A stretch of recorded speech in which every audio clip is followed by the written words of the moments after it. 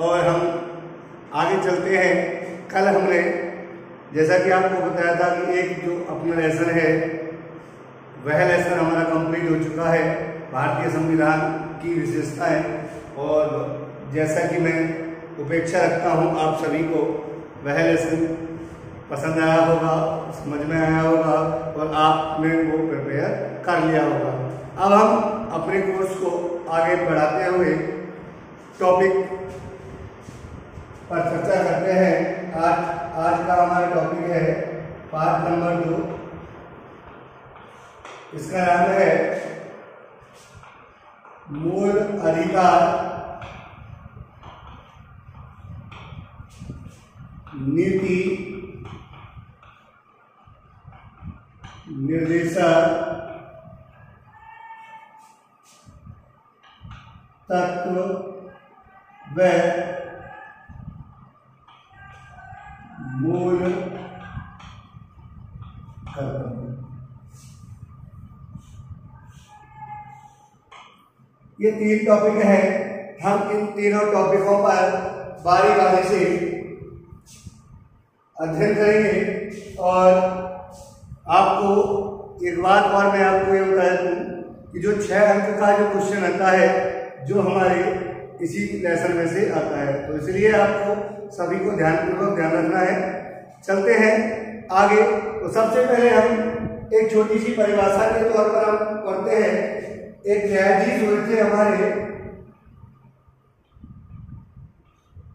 शत्रु, एक न्यायाधीश हुए थे हमारे शत्रु, जिन्होंने संविधान के बारे में कहा है कि संविधान में जो ये मूल अधिकार दिए गए हैं वास्तव में होते क्या चीजें हैं। तो शत्रु इसके बारे में ये कहते हैं कि संविधान में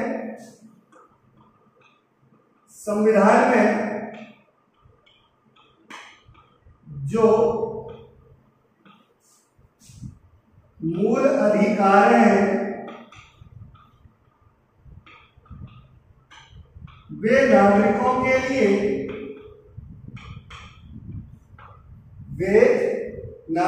के लिए या उनके उद्देश्यों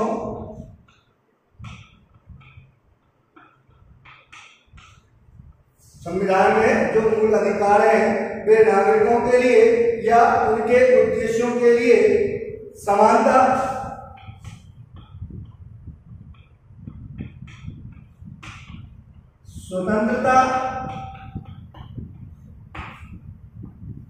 स्वतंत्रता, न्याय व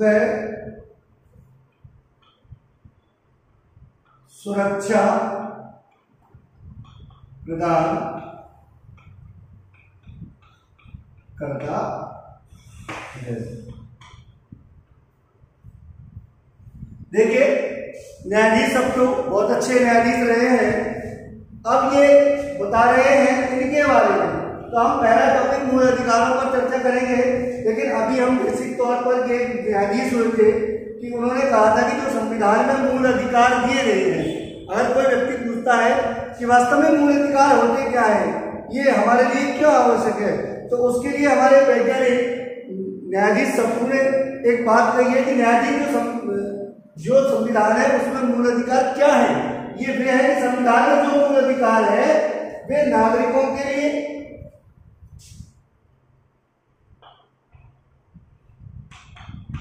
या उनके उद्देश्यों के लिए। क्या उद्देश्य है इन मूल अधिकारों का संविधान में कि एक तो समानता, कि एक तो प्रत्येक व्यक्ति कैसा रहे, समान रहे, उसके साथ किसी भी प्रकार का किसी भी आधार पर कोई भी भेदभाव नहीं हो। दूसरा, स्वतंत्र, प्रत्येक नागरिक कैसा है, स्वतंत्र है। भारतीय नागरिक प्रत्येक जो है वह कैसा है, स्वतंत्र है। न्याय अर्थात कहीं भी किसी भी आधार पर किसी व्यक्ति का शोषण नहीं हो, किसी के द्वारा उस व्यक्ति को सताया नहीं जाए, इसके लिए किसकी व्यवस्था की गई है, न्याय की व्यवस्था की गई है। दूसरी, सुरक्षा प्रदान करने के लिए तो सुरक्षा प्रदान कब होती है कि जब हमारे देश में न्यायपालिका यही है और उसके द्वारा व्यक्ति को स्वतंत्रता प्राप्त होती है। तो हम कह सकते हैं कि न्यायाधीश सब जो बात कहते हैं वो इस बात को कहते हैं कि जो व्यक्ति के लिए मूल अधिकार दिए गए हैं हमारे संविधान में, एक तो स्वतंत्रता प्रदान करता है, समानता प्रदान करता है, उनकी सुरक्षा प्रदान करता है और उनके लिए न्याय की व्यवस्था करता है। तो इसलिए ये मौलिक अधिकार के लिए अति आवश्यक माने गए हैं। क्लियर? आगे चलते हैं। ये हमारा छोटा क्वेश्चन है जो पेपर में 2 अंक के लिए पेपर में पूछा जाता है, तो उसके लिए आगे चलते हैं।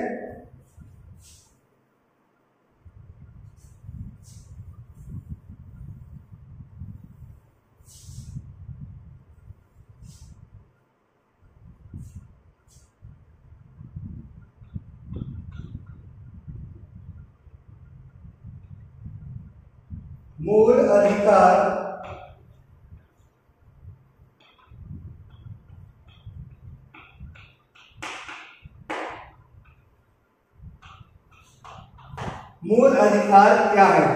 जैसे अभी न्यायाधीश सबू ने बताया है कि मूल अधिकार क्या होते हैं। मूल अधिकार एक प्रकार से अधिकारों का स्वरूप है।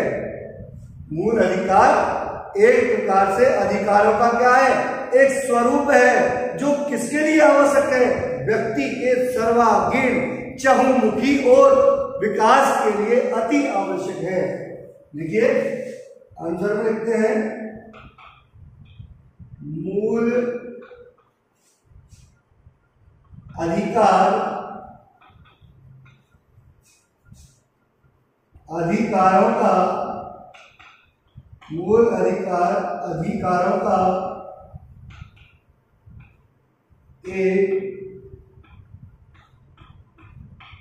समूह है जो व्यक्तियों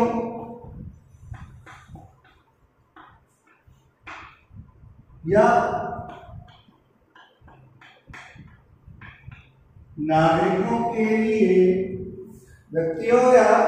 नागरिकों के लिए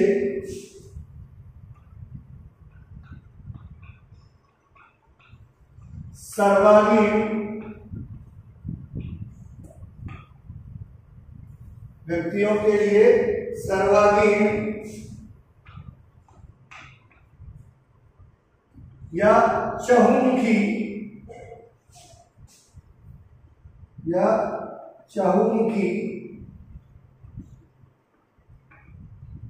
विकास के लिए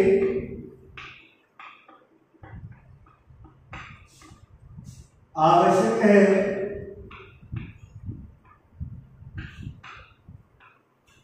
चहुमुखी विकास के लिए आवश्यक है जो संविधान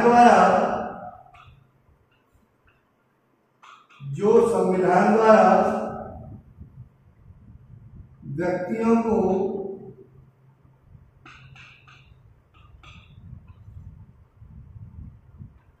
प्रदान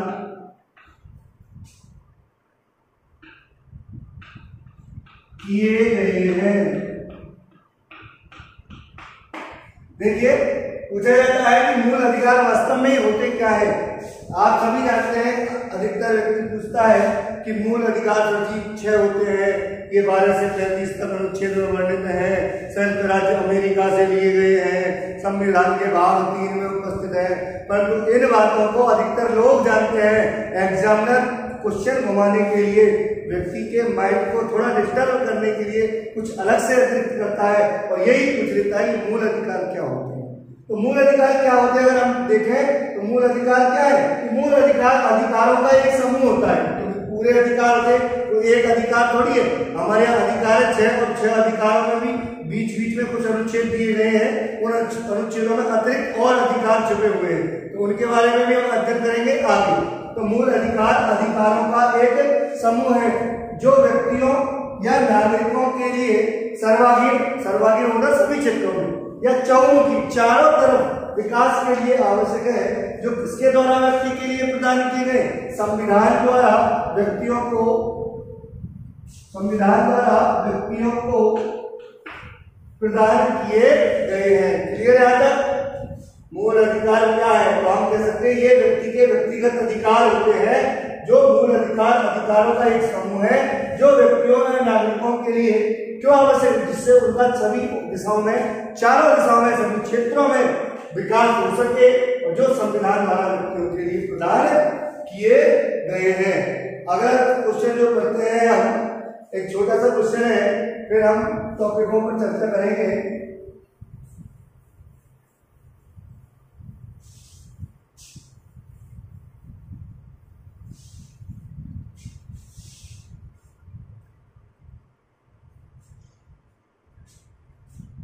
भारतीय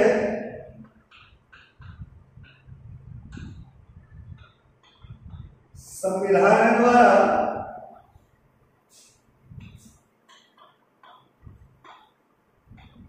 मूल अधिकारों का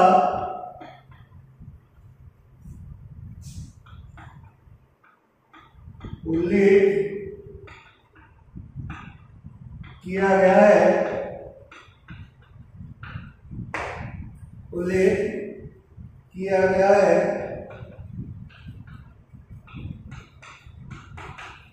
स्पष्ट करो। जैसा कि हम जानते हैं उत्तर में कि जैसा कि हम जानते हैं कि मूल अधिकार भारतीय संविधान द्वारा व्यक्तियों के लिए प्रदान किए गए हैं, जो व्यक्तियों के विकास के लिए अति आवश्यक है। और मूल अधिकार, जैसा कि आप सभी को मैंने अभी तक बताया है कि मूल अधिकार लिए गए हैं। पहले मैं आपको तरीके से थोड़ा सा बता देता हूँ, फिर इसको आपको लिखकर बता दूंगा कि मूल अधिकार सबसे ज्यादा प्रदान कहाँ से किए गए? प्रदान किए गए किससे? संविधान द्वारा। अब एक टॉपिक हमारे सामने ये निकल कर आएगा कि गुरुजी अंतिम शक्ति आपने जनता के हाथ में निहित की थी, तो ये शक्ति का फायदा अब जनता उठा रही है। कि हम जानते हैं कि संविधान का निर्माण किसके द्वारा किया गया था? जनता के द्वारा। तो अब जनता आपके द्वारा कोई भी कानून बनाए जाए तो क्या आप अपने विरोध में कोई कानून बना सकते हो? नहीं बना सकते। तो इसलिए हम जानते हैं आज प्रत्येक दुनिया स्वार्थी होती है, हर आदमी अपने स्वार्थ से जुड़ा हुआ है। आज मैं भी अपने स्वार्थ से जुड़ा हुआ हूँ, आप भी अपने स्वार्थ से जुड़े हुए हैं। तो इसलिए जब आपने किसी चीज का निर्माण किया तो वो अधिकार सबसे ज्यादा किसके लिए रखे? अपने हकों के लिए। तो संविधान जो हमें अधिकार कहां से प्रदान किए गए? संविधान के द्वारा। अर्थात संविधान निर्माण में किसका योगदान मानते? आगे चले, कहां से लिए गए हैं? संयुक्त राज्य अमेरिका। संयुक्त राज्य अमेरिका। क्लियर है? अब हम कहें किस भाग में है? तो लिखते हैं संविधान के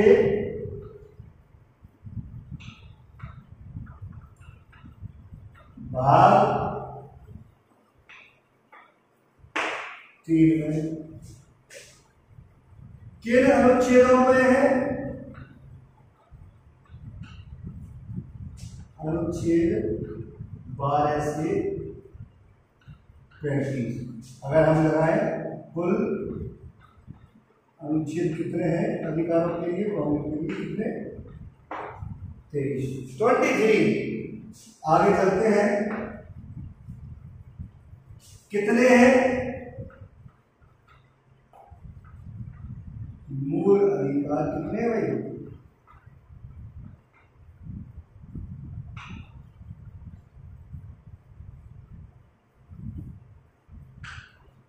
6। तो ये हो गया हमारा उल्लेख कि भारतीय संविधान द्वारा जो मूल अधिकार दिए गए हैं उनका उल्लेख कीजिए कि भारतीय संविधान में जो मूल अधिकार हैं सबसे पहले हमने प्रदान किसके द्वारा किए गए हैं? संविधान के द्वारा। किसके लिए?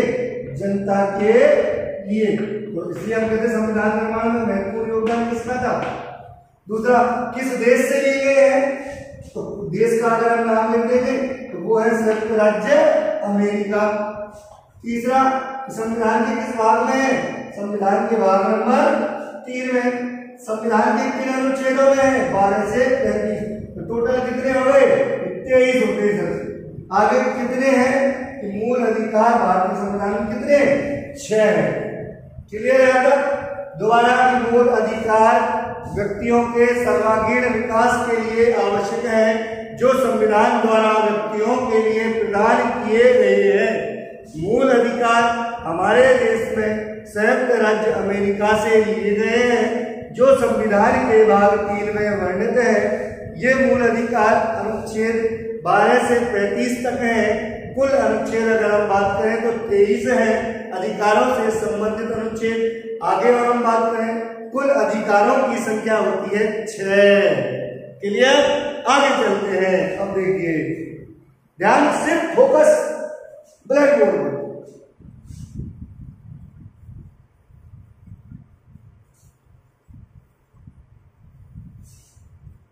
वैसे मैं जानता हूं फिलहाल हम बहुत अच्छी मेहनत कर रहे हैं, सभी रात भर मोबाइल से पढ़ाई करते हैं। आगे चलते हैं। अगला जो टॉपिक है निवारक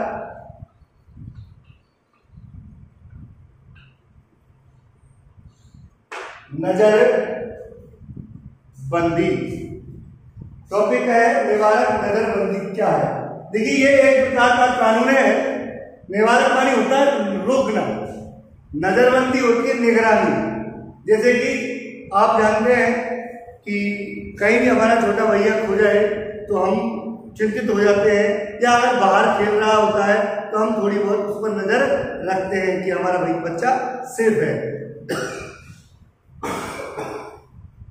तो उसी के लिए ये एक कानून बनाया गया है, निवारक नजरबंदी कानून। ये एक प्रकार का कानून अपराध करने से रोकने की प्रक्रिया है। अपराध करने से रोकने की प्रक्रिया है, अर्थात अपराधी को दंड के बजाय, दंड के स्थान पर अपराध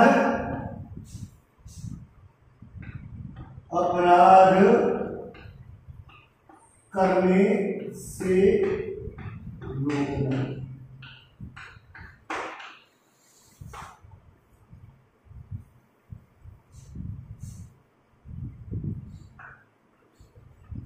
देखिए, निवारक नजरबंदी में है कि एक कोई भी अपराधी है तो उसमें दंड के बजाय उस व्यक्ति को अपराध करने से रोकने की प्रक्रिया है कि अगर हम वास्तव में उस व्यक्ति को दंड दे देंगे तो या तो वो सुधर ही जाएगा, नहीं कुख्यात एक अपराधी बन जाएगा। जैसे हम आपको भी विद्यालय में पढ़ाते हैं तो जब आप में अगर पिटाई लगा दें तो या तो आप डर से सुधर जाओगे, या फिर आप भी महसूस कर लेते हैं हाँ उनकी 2 ही डंडा देंगे, या फिर आपके ऊपर भय का माहौल बनाना।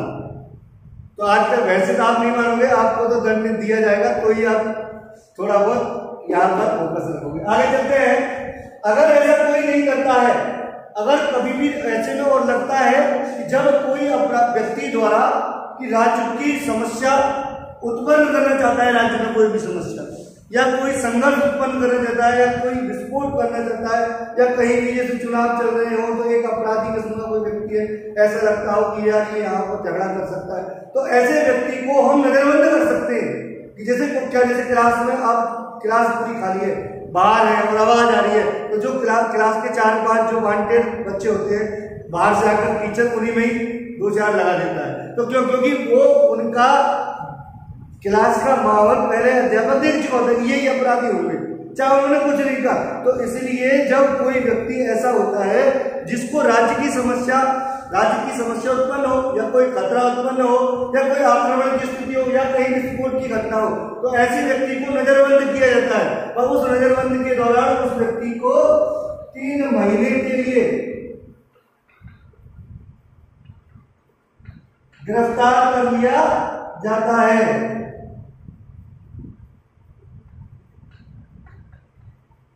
गिरफ्तार कर लिया जाता है। इसके लिए किसी भी एक उच्च न्यायालय के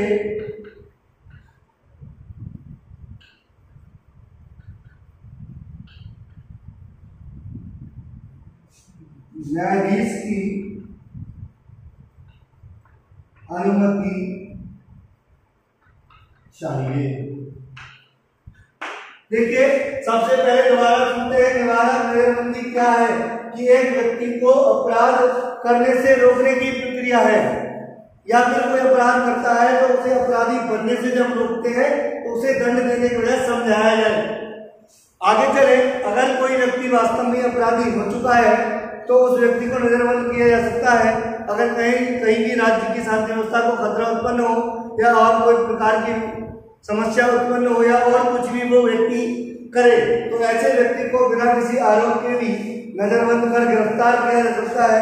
उस गिरफ्तार की अवधि होती है 3 महीना, और उस 3 महीने के लिए हम कहें किसी भी एक उच्च न्यायालय के न्यायाधीश की आवश्यकता होती है, उसकी अनुमति की आवश्यकता होती है। आगे चलते हैं।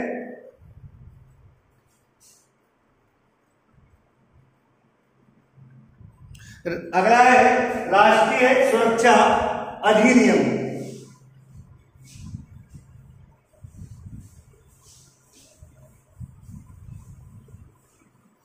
अगला है राष्ट्रीय सुरक्षा अधिनियम।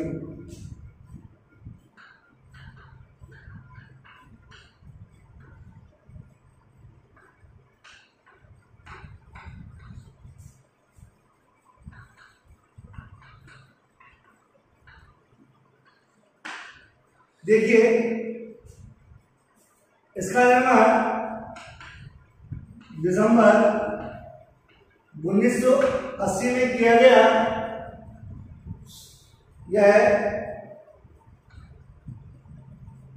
यह देश की सुरक्षा के लिए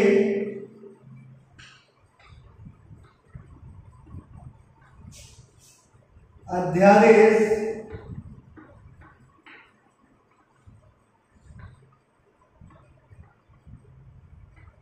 जारी किया गया और बाद में यह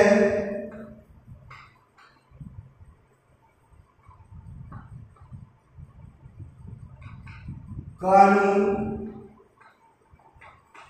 बन गया। इसका उद्देश्य है सांप्रदायिक व जातीय दंगे की स्थिति में जब कोई व्यक्ति द्वारा देश की सुरक्षा को खतरा हो, कि जब किसी व्यक्ति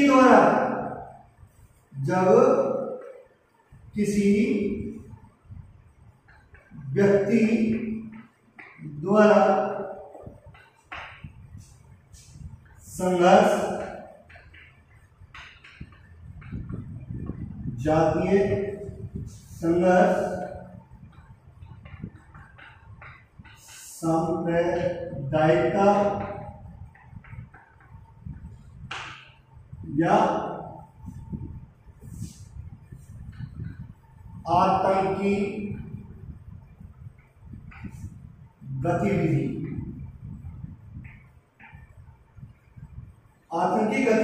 उत्पन्न होने का अगर भय होता है तो ऐसे व्यक्तियों के लिए यह एक सुरक्षा करने के लिए, देश की सुरक्षा करने के लिए कानून बनाया गया और उन व्यक्तियों को गिरफ्तार किया जाता है। देश की सुरक्षा के लिए यह कानून बनाया गया था, जो दिसंबर 1980 को एक जब अध्यादेश होता है, जब संसद का सत्र नहीं चल रहा होता है, अध्यादेश उसे कहते हैं। जब संसद का सत्र नहीं चल रहा होता है, 3 सत्र होते हैं, और जब उसी दौरान ही देश के संशोधन कानून या नई कोई प्रोजेक्ट लागू किया जाता है। लेकिन अध्यादेश के तहत राष्ट्रपति द्वारा जब अति आवश्यकता पड़ती है तो कुछ 6 महीने के लिए समय अवधि फिक्स होती है कि 6 महीने के लिए कानून बनाया जाता है। तो उसे हम कहते हैं अध्यादेश में जो भी कानून बनता है या और कोई जो गतिविधि होती है उसे अध्यादेश कहते हैं, जो सत्र के अलावा कार्यरत होती है। दोबारा मैं आपको बता दूं, संसद के 3 सत्र होते हैं, उन तीनों सत्रों में ही विधेयक, कानून या नए और कोई संशोधन किए जाते हैं। अगर उन 3 महीनों के अतिरिक्त भी कोई आवश्यकता पड़े कानून पारित करने की, तो हम अध्यादेश के जरिए वह कानून पारित कर देते हैं। इसके द्वारा बनाया गया कानून या और कोई विधेयक सिर्फ 6 महीने के लिए मान्य होता है। बाद में सरकार उस विधेयक को चाहे तो परमानेंट कर सकती है, परंतु उससे पहले उसे चरणों में होकर गुजरना पड़ता है। तो उसे कहते हैं हम संसद का सत्र न चले और कानून लागू हो जाए, वो होता है अध्यादेश। तो दिसंबर 1980 में लागू किया गया। ऐसी स्थिति में जब देश की सुरक्षा को, गतिविधि को कोई खतरा उत्पन्न हो तो ऐसे व्यक्ति को गिरफ्तार कर सकते हैं और हमारे देश की सुरक्षा को बनाए रखते हैं। तो इसे हम कहते हैं राष्ट्रीय सुरक्षा अधिनियम। आगे चलते हैं।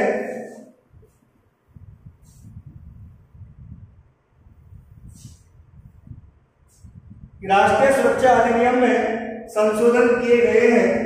ये और निवारक नजरबंदी दोनों एक से ही है, एक ही पार्ट है। तो उसमें अपन ने लिखा था कि एक व्यक्ति को 3 माह के लिए गिरफ्तार कर सकते हैं, 3 महीने के लिए बंदी बना सकते हैं। अब हमने दोबारा अगर खतरा उत्पन्न हो जाए तो अगर दोबारा बताने लग गया आपको पहले क्वेश्चन, राष्ट्रीय सुरक्षा अधिनियम में संशोधन। सबसे पहले जब कोई एक व्यक्ति 3 माह के लिए बंदी बनाया गया है और दोबारा हमें देश की सुरक्षा या राज्यों की सुरक्षा को खतरा है, तो उस व्यक्ति को हम पुनः भी क्या बना सकते हैं, बंदी बना। ये नहीं सर अभी ये 3 महीने जेल काट के आया, क्या पुनः इसे गिरफ्तार किया जा सकता है? जी बिल्कुल सही है। उस आदेश को रद्द करने के बाद पुनः इस व्यक्ति को गिरफ्तार किया जा सकता है।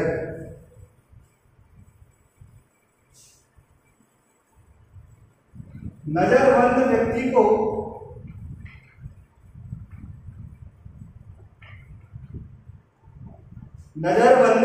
व्यक्ति को हर कारण पर अदालतों के अलग अलग फैसले करने होंगे। अदालत को अलग अलग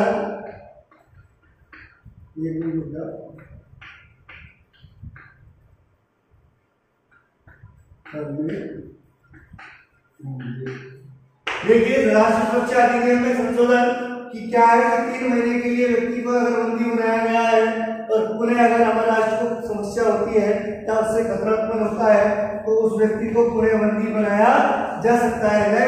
नजरबंद व्यक्ति को अदालत में पेश करने के लिए हर न्यायाधीश को अलग अलग फैसले देने होंगे कि कोई 3 अवधि के लिए रखता है, कोई अलग अलग अवधि के लिए रखता है। तो हर न्यायाधीश की सोच अलग अलग होती है। तो ये संशोधन इसमें किए गए हैं। अब आगे नेक्स्ट टॉपिक पर चर्चा हम कल करेंगे। आज के लिए धन्यवाद।